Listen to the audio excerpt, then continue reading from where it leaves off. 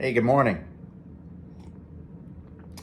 On this video, I want to talk to you guys about how to make offers the proper way, right? The way that will make you the most money over a duration of time where you don't lose out on equity, on profits by going by this ARV, 70% minus repair ARV formula bullshit the gurus tell you. It sounds cool and it's a good baseline, but that's how the amateurs make offers, right? Professional real estate investors do not make offers off of 70% ARV and all that bullshit. Do you need to know the ARV? Do you need to know repair value? Do you need to know how much things cost to fix and all that stuff? Absolutely. But should you be basing all of your offers off of this formula? And I can tell you, absolutely not. Let me tell you why. Because if you made every offer based off of that formula, you would lose so much money in equity that you're not going to capture, because not every motivated seller has the same motivation. Meaning, more people are more motivated or less motivated depending on their situation, right? Case in point, if you have a foreclosure, somebody that's about to go into foreclosure, right? That lead that you're working, and they have to sell their house in, say, 2 weeks, and they are super motivated, like they're about to lose their house to the bank, and if you don't buy their house, they're gonna lose everything. Do you think you're gonna make the same offer to that person as a person that's slightly motivated, doesn't have to sell, wants to sell, but it's not in a situation where they're pressed for time where they got to sell in 2 weeks? No. You're going to make an offer based off of how motivated they are, right? So the more motivated they are, the lower your offer needs to be. And the more of a time crunch they're in, the lower your offer has to be, right? Because you're delivering massive value by buying and getting rid of their problem in such a short period of time, versus somebody that might have a motivation level of, say, if we have a motivation scale of, say, 1 to 10, 10 being the highest, 1 being the lowest. If somebody going to foreclosure has to sell, it's going to probably be a 10. Someone that maybe they just lost their job, but they still have savings, but they know in the back of their mind they need to sell, but they're not in a super hurry, their motivation level may be 5 or 6. You have to use and gauge this level of motivation when you're making offers. This is not an exact science, folks. This is an art, right? I don't care what your guru says. I've probably done damn near close to 1,000 deals. I want to, I have a pretty large portfolio of mobile home parks, single family homes, short-term vacation rentals on the beach. I've done a lot of transaction. I've done a lot of negotiating. I've owned a bunch of businesses. I've negotiated deals pretty much damn near all of my adult career. And the best deals you're going to get are the ones that have the highest level of motivation. Why? Because you're going to capture the most equity because of their time situation and their motivation level. So your job as a professional real estate investor, or say maybe you're just wholesaling, I've done a ton of wholesaling, is to gauge and probe for problems, right? Gauge their motivation. 1, gauging of their motivation. 2, you're going to ask strategic questions to probe for problems, right? I don't care how much they want for their house. I don't care what they think their house is worth. I want to know why they're selling. And that's the main thing that you got to figure out if you're going to be really good at real estate. And you're going to go down this road of, doing, say, direct to seller marketing like somebody like me does. We send we probably spend 30 grand a month in just direct mail. You have to become super good at gauging motivation over the phone and figure out why they're selling so that you can make the proper offer, right? And once you get really good at this, you will capture so much more equity on deals and make a lot more money as a wholesaler, as a professional real estate investor. If you just, if you're keeping these deals, if maybe you just want to, find your own deals. And I would suggest, if you follow me and you're listening to this, and maybe you don't want to get into wholesaling and flipping properties, you need to learn how to do this. Direct to seller marketing and probe for problems, engage motivation over the phone so you can make the proper offer so that you can capture the most equity. If you learn how to do this, dude, your net worth will go through the freaking roof, right? That's how I've been able to build most of my wealth, is that I've been able to buy deals from people that were highly motivated and better get the most unbelievable deals, right? That is the secret to being a professional real estate investor and building a portfolio of properties with a lot of equity in them.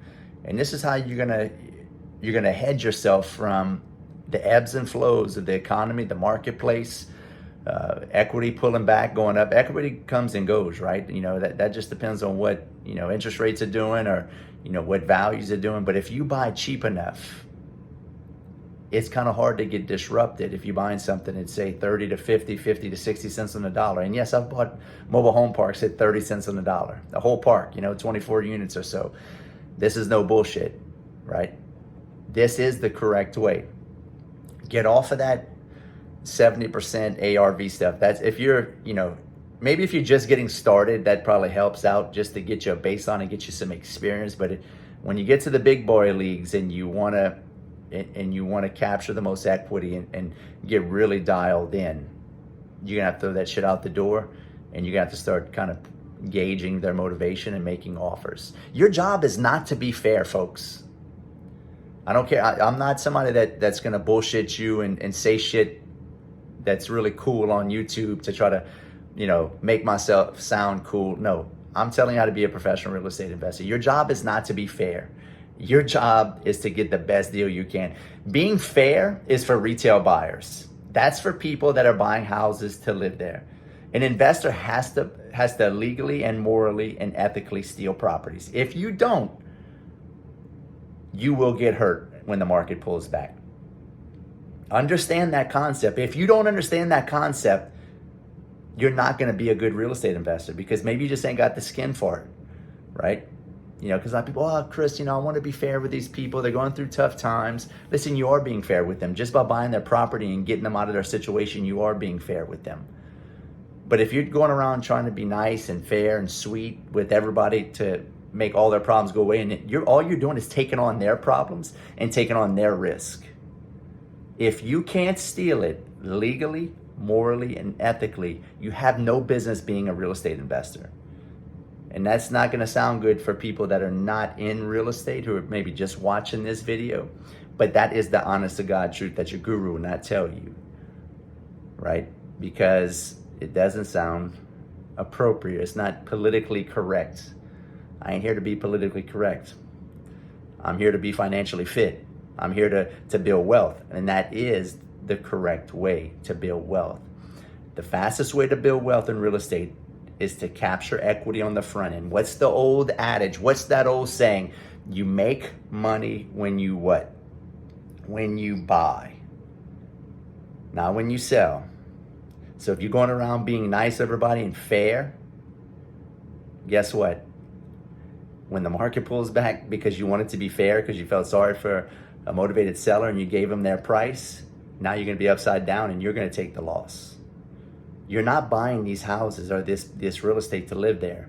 You're buying it as an investor. Be brutally honest with these people. When people want to know the secrets, people say, well, Chris Rood must scam people. He does this. No, it's the exact opposite. I am brutally honest with my customers when I'm buying that property. Hey man, listen, I'm not a full retail buyer. If you want to get full retail, you probably need to fix this house up and list it with a realtor.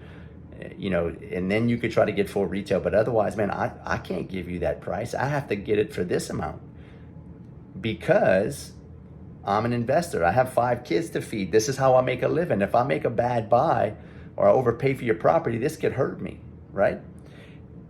I tell them the truth. And when they understand, when they know your intentions up front and they know what you're about and they understand why you need to buy it for so cheap, they get it. And if they're motivated enough, they'll do it. That is the secret to my sauce. That is the secret of how I built such a big portfolio so quick with so much equity, by doing one, direct to seller marketing, to finding the best deals off market for motivated sellers. Two, learning how to probe for problems, ask strategic questions, find out why they're selling. You got to know the why so you can make the offer. And three, gauging motivation. That is going to be the most important thing. You got to better gauge motivation.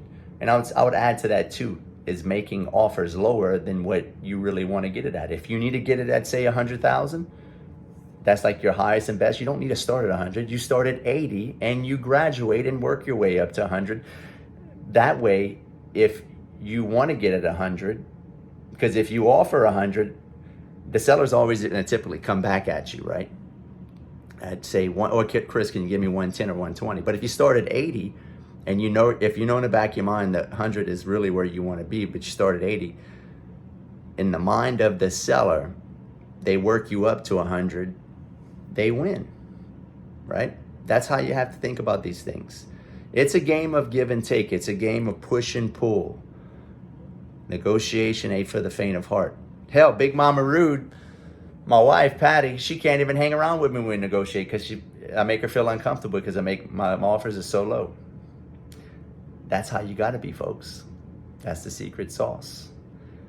I hope this helps. If you need help with your real estate game and you want to be a professional real estate investor, not just a professional wholesaler, nothing wrong with wholesalers. I do a ton of wholesaling. I'm always going to wholesale. You should learn how to wholesale because it shows you how to do direct to seller marketing. It'll make you a good negotiator and a very good real estate investor by starting with wholesaling. But you don't want to just stay stuck in there. You want to start with wholesaling, then you want to get, that's elementary level wholesaling. Then you want to learn how to raise private money. That's junior high. Then you want to flip. That's going to be high school level. Then once you stack the cash from doing wholesaling and flipping and raising private money, then you want to go into buy and hold. You don't want to start with buy and hold. It's too slow of money. You got to get your fast and medium money going first and stack the cash. Stack up a couple $100,000. Then you want to go to buy and hold, which is high school. Once you got buy and hold going, then you get into land development. That's where I'm at. That's going to be your professional mode, right? That's going to be, professor mode. Whereas college is going to be, buy and hold. So hope that helps. You want to learn how to do this? You can go to chrisrood.com, or you can follow me on, say, Instagram at Real Estate Rood, or Facebook.